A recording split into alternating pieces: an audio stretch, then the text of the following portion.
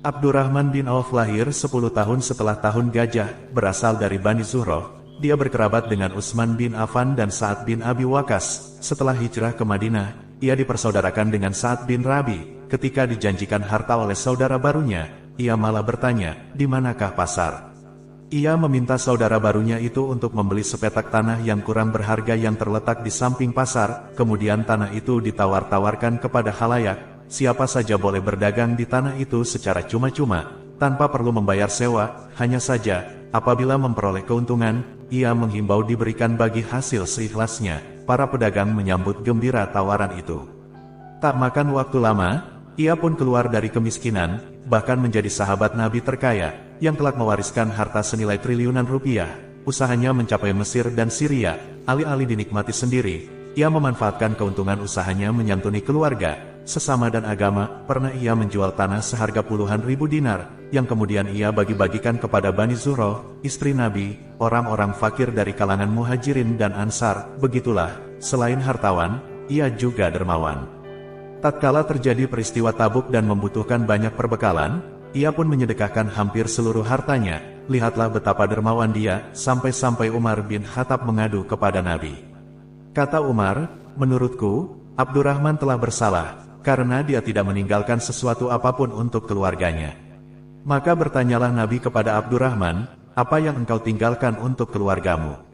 Dijawab oleh Abdurrahman, "Wahai Nabi, aku telah meninggalkan untuk mereka lebih banyak dan lebih baik daripada yang telah aku sedekahkan." Kembali Nabi bertanya, "Berapakah yang engkau tinggalkan?" Dijawab lagi oleh Abdurrahman, "Sebanyak rezeki, kebaikan dan upah yang dijanjikan Allah." Di sebuah hadits diriwayatkan, konon Abdurrahman bin Auf masuk surga dengan merangkak. Sementara itu diriwayatkan pula oleh Al-Jarrah bin Mihal, "Wahai Ibnu Auf, engkau orang kaya, dan engkau tidak akan masuk surga kecuali dengan berdesak-desakan. Pinjamkanlah harta engkau kepada Allah, maka Allah akan membuka belenggu kaki engkau." Dikutip dari kitab Sunan An-Nasai karya An-Nasai. Jadi, hadis ini bukan menunjukkan Abdurrahman bin Auf susah masuk surga, melainkan memperingatkan Abdurrahman bin Auf, berhubung ia telah meminjamkan hartanya kepada Allah atau bersedekah, maka tentulah ia mudah masuk surga, tidak berdesak-desak. Sejenak kita tinggalkan hadis itu, mari kita amati jasa-jasa Abdurrahman bin Auf. 1. Ia adalah satu dari 8 orang pertama yang memeluk agama Islam, tepat 2 hari setelah Abu Bakar. 2. Ia dan Abu Bakar adalah segelintir sahabat Nabi yang berani bersedekah 100%. 3. Ia berpakaian sederhana, sampai-sampai tiada bedanya ia dengan budaknya. 4. Ia hampir selalu menemani perjuangan-perjuangan Nabi di lapangan, bahkan kaki dan mulutnya sampai terluka. 5.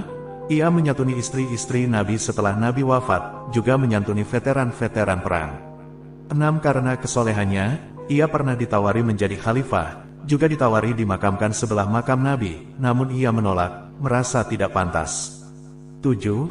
Apakah mungkin orang sesoleh ini susah masuk surganya? Tidak mungkin, sekali lagi tidak mungkin. 8. Malah ulama-ulama dunia sepakat, ia adalah satu di antara 10 orang yang dijamin masuk surga.